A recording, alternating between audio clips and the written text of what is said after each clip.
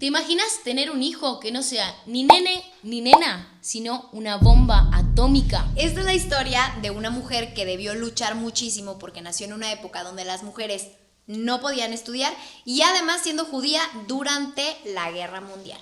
Esta es la historia de Lise Meitner, la madre de la bomba atómica. Lise Meitner nació un 7 de noviembre de 1878 en Viena, Austria, siendo la tercera de 8 hermanos en su familia. Su familia era de clase media alta, eran judíos, aunque en la práctica ejercitaban el cristianismo protestante. Su padre fue uno de los primeros abogados judíos en ser aceptados en Austria. Lise Meitner empezó a investigar desde los 8 años y ya desde niña se interesó por las matemáticas y la física. En aquella época las escuelas secundarias solo admitían a niños, así que Lise debió estudiar en una escuela municipal de menor rango y luego rendir libre el acceso a la universidad. De 14 mujeres que se presentaron en ese examen, solo 4 lograron pasarlo, entre las que se encontraba Lise Meitner. Y una de las hijas del director de la universidad, así que...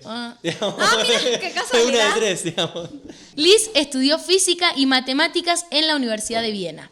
Rápidamente se fue inclinando hacia la física, comentando sobre sus materias al respecto, que eran lo más hermoso y estimulante que ella había oído. Es como, quédate con quien hable de vos, como habla Lise Meitner de la física. Para ese momento las universidades apenas tenían 4 años que habían permitido que entraran mujeres y obviamente lo que le ayudó fue que uno de sus principales profesores, que es Boltzmann, las aceptaba con total naturalidad, como si eso siempre hubiese sido así. Claro, porque había gente que decía no, que no estudien, había gente que sí.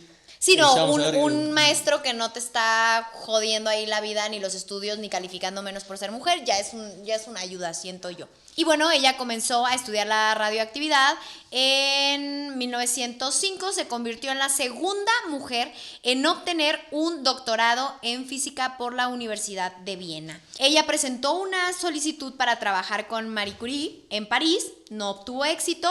Así que por las mañanas pues se puso a dar clases en una escuela para mujeres y en la tardecita pues iba al Instituto de Física Teórica en Viena pues a ver qué se ofrecía, a ver qué podía aprender, a ver qué estudiaba. Pronto la joven investigadora vio que no tenía mucho futuro en Viena, más allá de la enseñanza que no era lo suyo. Por eso le pidió a sus padres que la mantuvieran para que pudiera ir a Berlín, a lo que ellos accedieron. Porque quería ver Lynn. Una vez en Berlín, Max Planck, físico alemán muy reconocido, le permitió unirse a sus clases. Gesto raro por su parte, ya que no permitía a muchas mujeres que estudiasen con él. Es lo que decíamos, que el Boltzmann sí la permitía, era como, bueno, sí, que vengan las mujeres. Y Planck era como, bueno, qué sé yo, sí, sos mujer, te dejo entrar. No le gustaba mucho. Y era algo, ahora lo vemos como que mal, pero en ese momento era como normal, no era raro que sí, no era para juzgar, algo para juzgar. Es en esta época que Lise conoce a Otto Hahn, quien sería su compañero por más de 30 años, desvelando los misterios del átomo y la radiactividad. Hahn pidió que Lise se uniera a su laboratorio y Lise lo hizo, aunque todavía existía un veto a las mujeres en la universidad donde se encontraba el laboratorio, por lo que Lise debía entrar por la puerta de atrás, a un sótano que se había reacondicionado como laboratorio. Y, si quería ir al baño, no tenía, así que tenía que ir al restaurante de al lado. Obviamente no tenía casi dinero, no le pagaban un peso por este trabajo y tenía la modesta cantidad que sus papás podían enviarle, claramente no había muchos, así que vivía en una habitación para estudiantes y pues contaba sus pesitos. De todas formas, ella era muy feliz porque tenía sus paseos por el campo, ya te la sabes que tenía sus clubcitos y hasta iba a veladas de música donde el violinista era nada más y nada menos que Albert Einstein. Imagínate salís ahí con Max Planck a caminar y decís, no, vamos a tu casa que hay una velada de música y está Albert ahí. ¿Qué haces, Albert? Ahí claro que me lo imagino. Sí me lo imagino. ¿Te imaginas? Sí me imagino. Pero es mi sueño, de hecho, con eso hago mis visualizaciones. Ya te pasó. Ya me pasó. Ya fuiste al concierto de Albert Einstein. Un encanto. Él y Balvin, uy, no. Y de repente Albert se convertía en un unicornio. Hermoso todo. En 1912, Meitner y Hahn se trasladaron al Instituto Kaiser Wilhelm de Química, en el que Hahn trabajaría como asistente junior con un sueldo y con un título de maestro. Meitner, por otra parte, trabajaría también ahí, pero como invitada y sin recibir ningún sueldo. Años más tarde, cuando Meitner corría riesgo de volver a Viena, ya que su padre había fallecido y no podía mantenerse económicamente, Max Planck la contrataría como su asistente. Max Planck, que era el profesor que la aceptó, pero que no aceptaba a muchas mujeres. Qué bondadoso él. Y ahí cobraría Meitner su primer sueldo y se transformaría en la primer mujer asistente científica de Prusia. Aunque hay que dejar en claro, ese era el rango más bajo de la jerarquía ¿Dónde académica. está Prusia? No existe más, era un país... ¡Ay, no existe! Ya no existe. Con el tiempo la ascendieron y ya era miembro de la institución, aunque con menor salario siempre. Incluso hubo una investigación que hicieron en conjunto con Hahn y recibió 66,000 marcos. No sé cuánto dinero es eso, pero supongo que para una Han mujer. recibió ese precio, esa plata, digamos, esa cantidad de plata. Ajá, mucho. Y la otra pues solo el 10%. De eso. Meitner, claro, se le dio 66.000 a Han y 10%, La el 10% otra, de eso a la Meitner otra como- $6. Como la propina, digamos. Cuando hicieron el trabajo los dos juntos. Sí. Sí, un 50-50, pero él se llevó el 90% de todo. Una de cal y una de arena. Para esas épocas, en el laboratorio en el que trabajaban, pues se pudo recomponer el nombre y fue Han Meitner. Es decir, por lo menos en nombre ya estaba. En 1914 comienza la Primera Guerra Mundial y Han es reclutado por el ejército, así que se separan porque Meitner se queda investigando sobre los rayos X, los rayos beta y la cadena de desintegración del uranio, casual, un viernes por la tarde, hasta ¿Qué vas a hacer hoy a la noche? No, me quedo estudiando sobre la cadena de desintegración del uranio. Y ella pues se queda ahí estudiando esas cosas y trabajando en el departamento de radiología de un hospital austriaco. Entonces ya no estaban más together, ¿verdad? Por situaciones se separaron.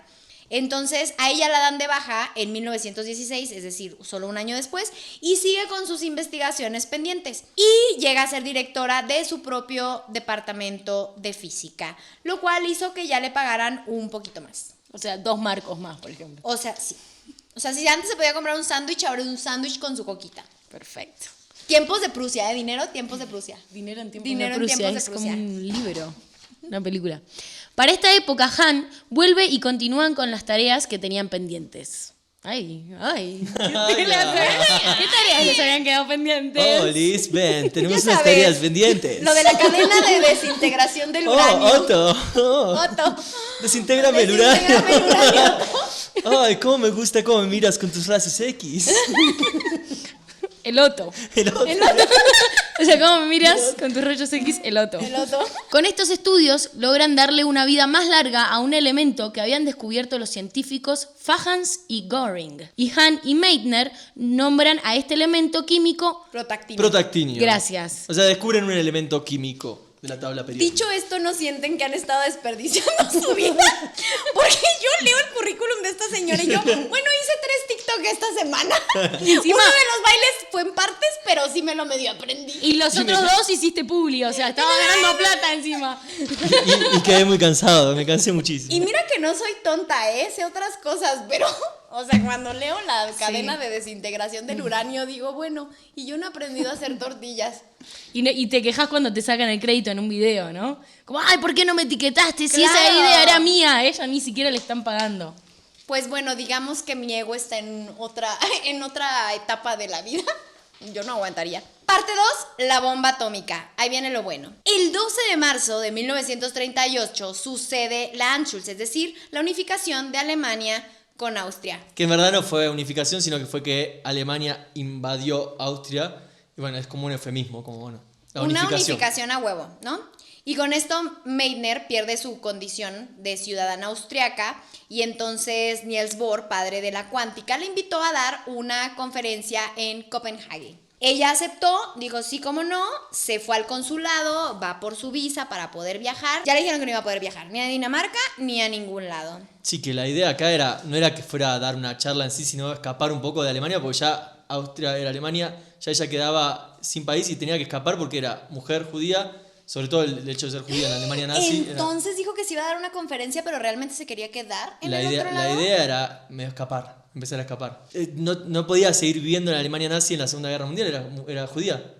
Entonces le iban a Entonces agarrar. quería abrirse las puertas en otros lugares como para ver si había la Les oportunidad da, de tengo una quedarse. conferencia acá, venía a trabajar. Pero es como, ¿cómo hacemos para que te escapes? ¿Cómo hacemos para que te vayas de acá porque te van a matar? Bohr comenzó a buscar un trabajo para Liz en Escandinavia para que pudiera, puros lugares que no sé dónde están, para que pudiera salir de Berlín, pero pues resultó que no era tan fácil. Finalmente ella logró conseguir una oferta de un puesto de 1 año en Estocolmo, que sería dedicado a estudiar física nuclear, pero más tarde se enteró de que ya no se concedería el permiso a los académicos para viajar al extranjero. O sea que una Ya no cadena podía de escapar. desgracias. Esto daría comienzo a una aventura de película, en la que Meitner escaparía de Alemania con 10 marcos en su bolsillo y un anillo de diamantes perteneciente a la madre de Han, que le regaló por algún caso de emergencia. Meitner aquel día fue a trabajar como de costumbre. Pasó la noche en la casa de Han y al otro día, acorde al plan, se escapó con 2 maletas con ropa de verano. Liz se encontró con Koster, un físico holandés, en la estación de tren,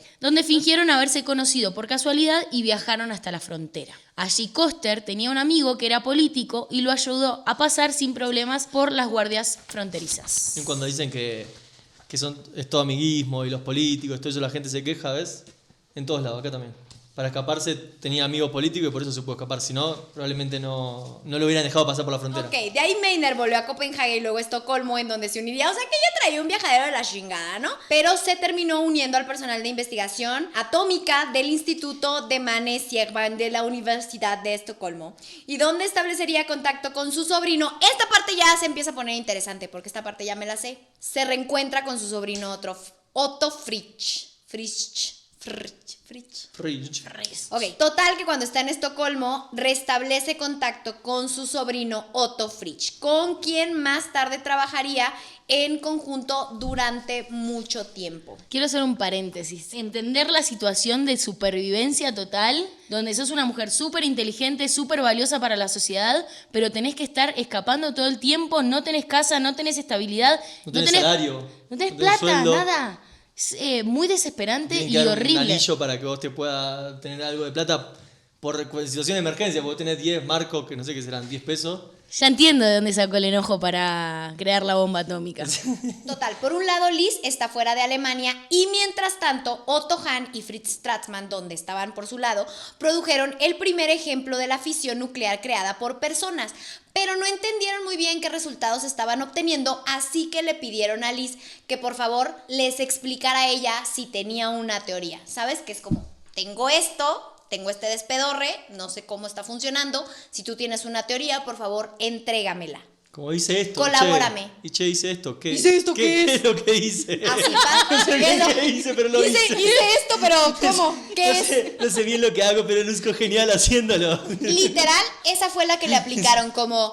porque recordemos que en este entonces Liz no podía hacer las prácticas, era complicado para ella, y los demás tenían obviamente muchísimos más aditamentos y recursos para poder realizar la práctica. Pero ella estaba fugada, estaba ahí en la nada, digamos. Exacto, pero la teoría les fallaba, y en este punto donde obtuvieron un resultado que no alcanzaron a comprender en su totalidad fue donde ya le dijeron a Liz, ok, si tú no los explicas y tienes una idea de por qué esto está pasando, está perfecto. Recordemos que en este momento las investigaciones físicas y químicas estaban en los átomos y en la tabla periódica. Ellos jugaban con átomos, es decir, protones, electrones y neutrones, poniendo a los elementos de la tabla periódica a reaccionar con esto. Llegó el turno del Uranio. y era el único que se comportaba de una forma diferente al resto de los elementos. Entonces, una vez que le agregaron neutrones, a ese elemento se dieron cuenta que se hacía una molécula más expansiva y que tenía más reacción que los otros elementos. Entonces, dicho sea esto, empezaron a preguntarse qué estaba pasando, por qué se dividía. Obviamente necesitaban saber explicarlo teóricamente, además de verlo. O sea, no entendían por qué el uranio reaccionaba distinto a los otros A los elementos, otros elementos cuando le agregaban neutrones. que debería tener más masa, como los otros elementos, pero cuando le ponían un neutrón a un uranio, Sí, se hacía más tenía- masa, pero luego ya no. y terminaba teniendo menos masa. Y entonces era como ¿a dónde está yendo esa masa? ¿Qué está sucediendo? ¿Por qué esta reacción como mini eléctrica sucede? Lo que se dio cuenta Liz Meitner fue que cuando le disparaban con los neutrones al uranio, se dividía y generaba esta fisión nuclear, que después eso hacía una reacción en cadena, que es lo que permite la energía nuclear más adelante, y es lo que permite más adelante también la bomba atómica. Tu tío Han y Strassman publican su trabajo en la revista Nature. Ah, pelota. Exacto, que básicamente lo único que hicieron es recibir el informe de Liz y luego lo publicaron. Sí, tenían la posibilidad de aplicar. O sea, como que ella le decía, che, están haciendo esto. Ah, buenísimo, vamos a... Y ellos eran los que podían experimentar. Y Liz no. Liz estaba ahí refugiada. Pero lo más interesante es que no le dieron crédito. Ellos solo agarraron la información que Liz les mandó y dijeron, lo transcribimos, lo publicamos y de ella ni hablamos. Sí, diciendo, ay, no, el régimen nazi no va a dejar que digamos que nos ayudó una mujer judía. O sea, porque eso es lo que dijeron, alegaron eso como, ah, no, era judía y no pudimos hablar de ella. Yo tengo una teoría. Creo que el haberle dado crédito a ella era parte de lo que ellos consideraban otra batalla. ¿Sabes? Que es como, las mujeres no son tan bien recibidas en este tema, de aquí a que explico que esa información me la diste tú, defiendo que puedas ocupar un lugar en el mundo de la física, en el mundo de la investigación. Es una batalla muy larga, mejor prefiero, sin dar mayor explicación, decir que fue mi trabajo, tú no te vas a molestar porque sabes que las cosas no están para que la hagas de pedo y listo. Yo creo que le hicieron eso. Sí, y además recordar que era judía, o sea, la mujer era judía, o sea, era como, era complicado para ellos también. Eso tiene una Eso, definición en este y se sentido, llama, después... eso tiene una definición y se llama violencia epistémica, que literal es decidir quién puede generar conocimiento y quién no.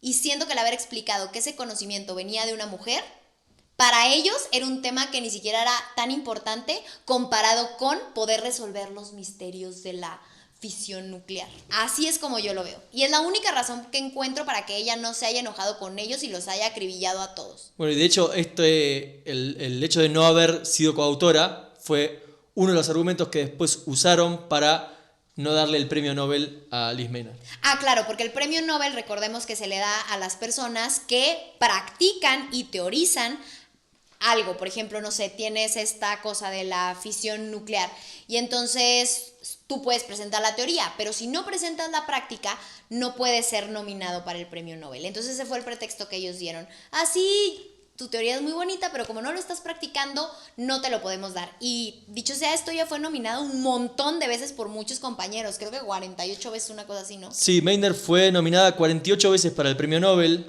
19 veces por el de química y 29 por el de física. Y sin embargo, jamás lo ganó. A nadie le importó. Sin las contribuciones de Maynard, Han no hubiera podido descubrir que el núcleo de uranio se puede dividir a la mitad. Sobre esto, investigadores que accedieron a los registros de procedimientos del comité del premio Nobel dijeron que la exclusión de Maynard del premio de química bien puede resumirse como una mezcla de sesgo disciplinario, obtusidad política, ignorancia y prisa. Obviamente a ella cuando le preguntan, oye, pero ¿qué opinas de que no te lo hayan dado a ti, se lo hayan dado a este señor? Ella dijo, seguramente Han lo merecía plenamente, realmente no hay duda al respecto, pero creo que Frisch y yo contribuimos algo no insignificante a la clarificación del proceso de fisión del uranio, cómo se origina y qué produce tanta energía, y eso era algo muy remoto para Han. O sea, básicamente dijo como, no dudo que lo merezca, pero mi trabajo está más chingón. ¿Cómo ves? Sí, y que ellos no entendían. O sea, ellos como, sí, estamos haciendo esto y no entendemos qué estamos haciendo. Y ella fue, che, ustedes están haciendo, esto es lo que pasó. Ellos como que hicieron algo y ella fue la que les explicó. Entonces, sin eso no lo hubieran podido sacar. Y además, Otto Hahn, en su recibimiento de su premio Nobel, no la nombró a Lisa. Y ello supondría el final de una amistad de 30 años. Aunque muchos creen que la causa por la cual Liz se distanció de Hahn fue por seguir trabajando en Alemania, mientras que el régimen nazi gobernaba. Los descubrimientos realizados por Hahn, Maynard, Frisch y Strassman dieron lugar a que se desarrollara la bomba atómica, que funcionaría a través de la fisión nuclear.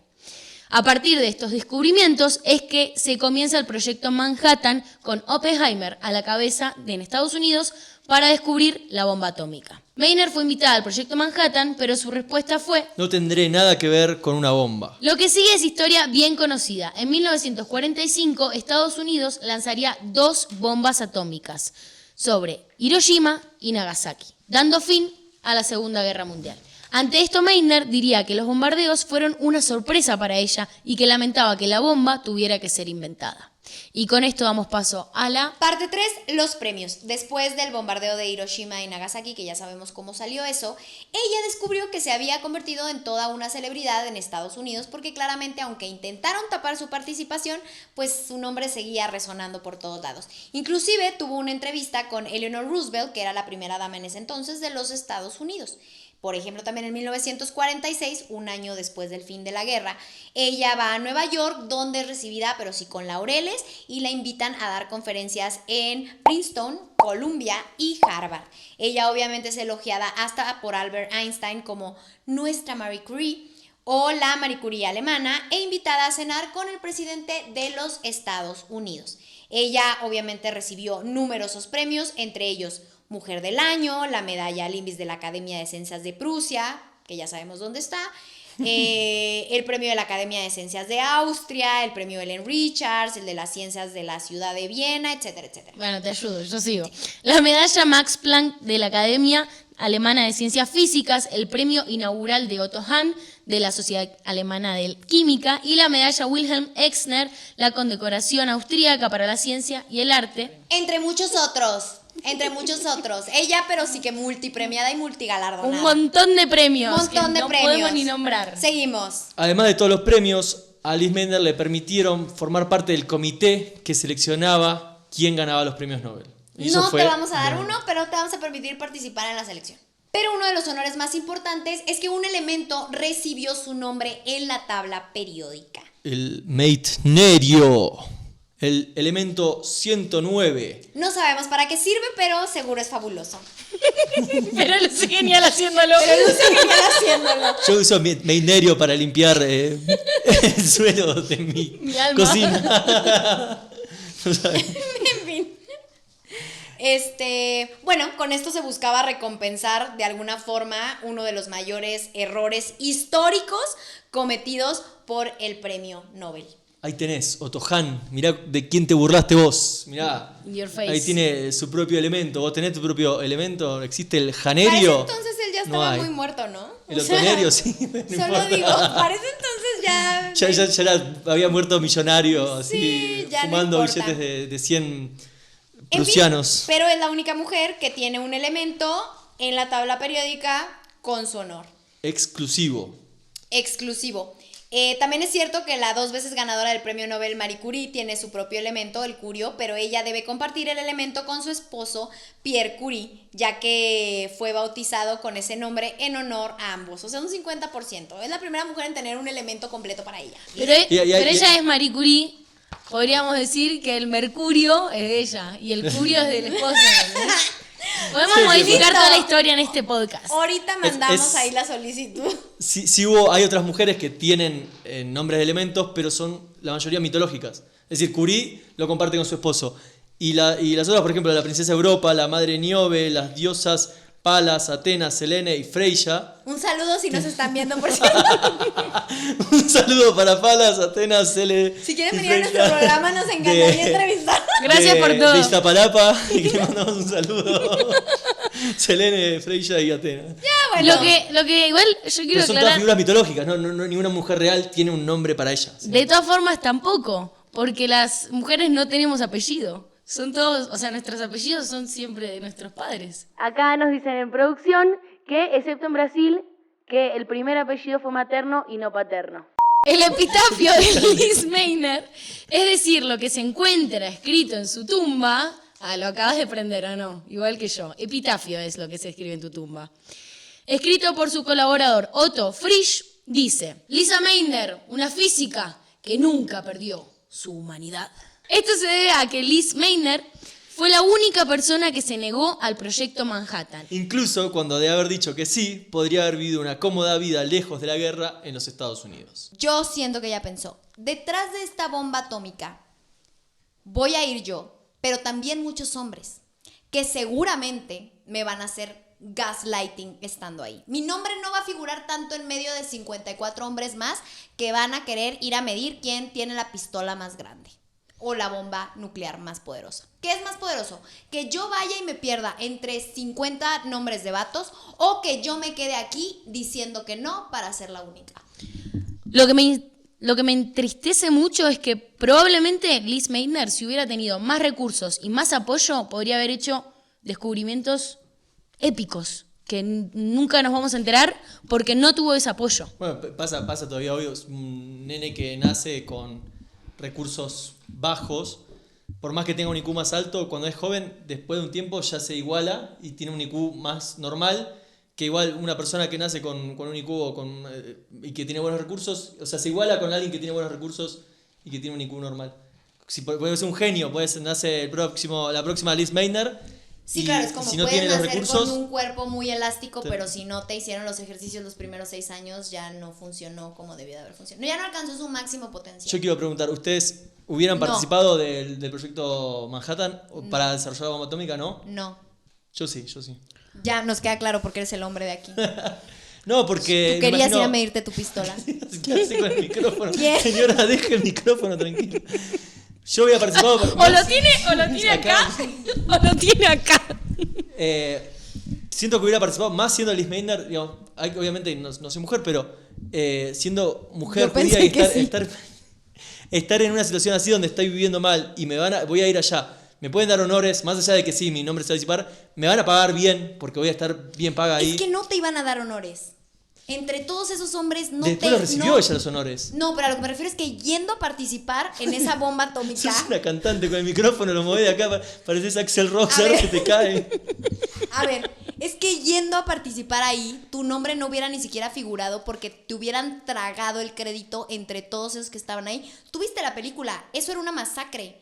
Tú es que si sobrevivías de milagro... Bueno, en verdad fui a ver la película y me quedé tenía muchos sueños ese día. Pero Barbie sí la viste completa. Barbie la vi completa, pero Oppenheimer me dormí como 2 horas y media, tipo me levantaba y estaba explotando la bomba y me volví a dormir y veía así que pasaban cosas.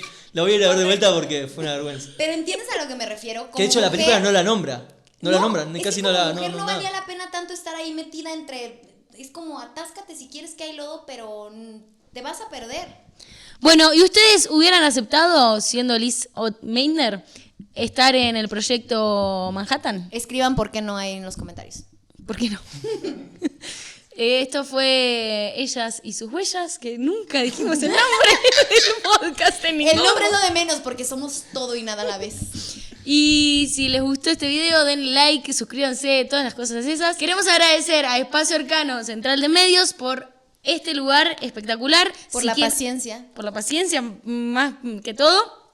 Y por todo el profesionalismo. Acá tienen luces, tienen micrófonos, tienen cámara, tienen personas capacitadas que los van a ayudar a hacer sus videos y sus podcasts. Queda en Santa María de la Ribera y se pueden conectar con Fede en el @Corelis. Saludos y ¡Queda!